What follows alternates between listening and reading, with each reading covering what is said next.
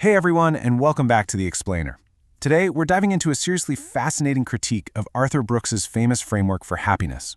We're going to unpack this amazing essay that zooms way out, looking at our larger societal structures to see how they might actually change the way we view our pursuit of a good life.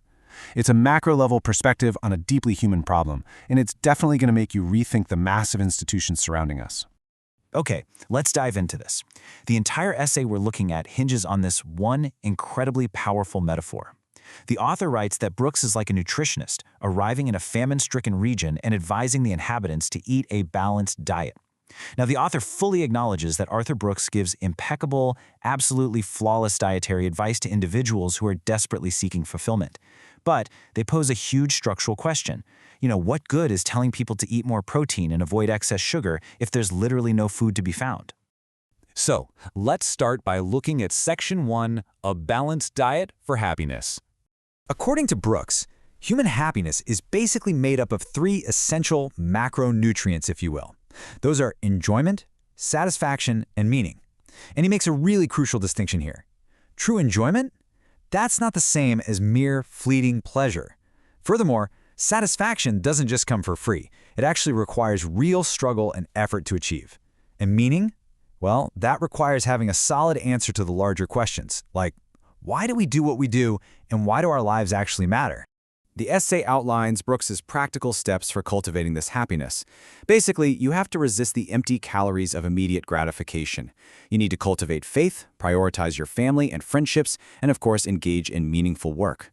It's an incredibly appealing framework, right? The central idea is that if you, in your own life, perfectly balance these elements and practice restraint, happiness might not be something you frantically chase. Instead, it just might be something that naturally finds you. But that brings us to Section 2, the famine of meaning. Now, what's really interesting here is asking, if the advice is so good, why are so many young people completely starved for meaning? The author observes how this lack of meaning uniquely manifests today, often through performative activism. The anger proves I care, the grievance proves I belong, and the intensity, that proves I am alive. In this numb, highly technologically mediated world we live in, outrage and activism often serve as a literal proof of life. When meaning is completely absent, people become desperate to feel something, really anything, intense enough to break through the deadness. To be fair, Brooks isn't naive about this crisis at all.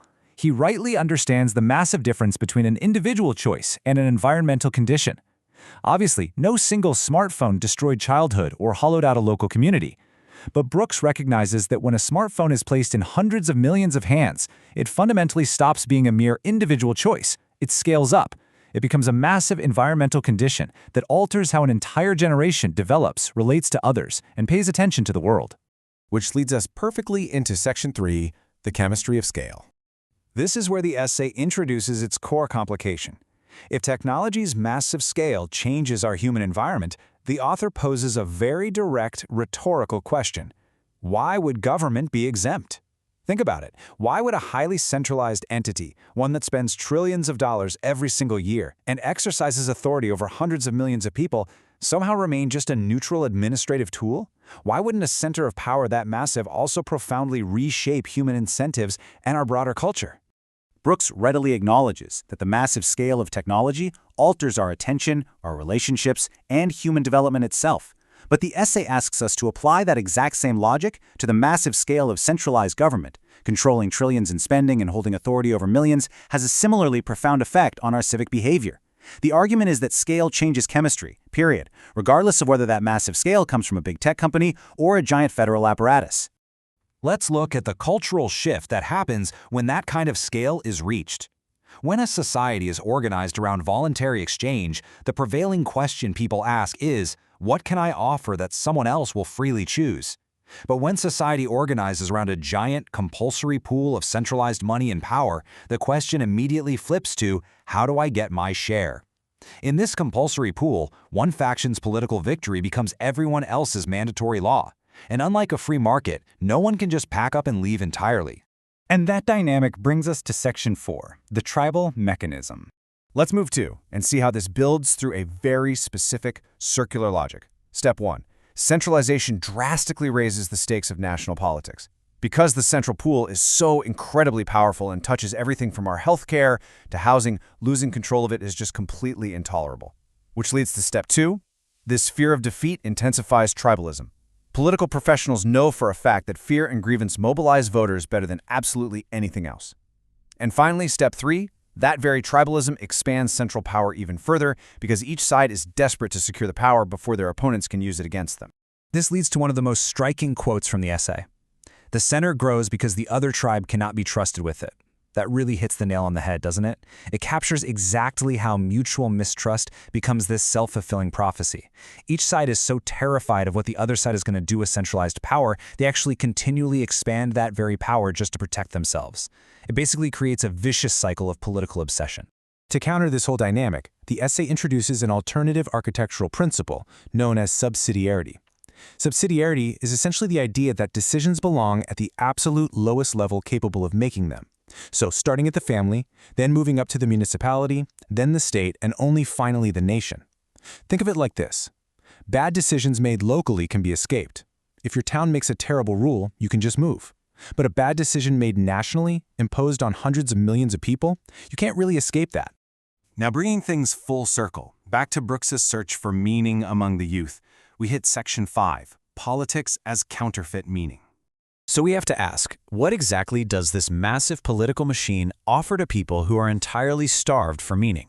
Well, the author claims it offers a tribe to belong to, it offers a moral drama, clear heroes versus villains, it provides a theory of evil and redemption, and above all, the intoxicating promise that history literally depends on you. The essay refers to this as counterfeit meaning. And as we know, counterfeit goods uniquely flourish in a market where the real thing is incredibly scarce. So the crucial point is that this creates a profound psychological tension for all of us.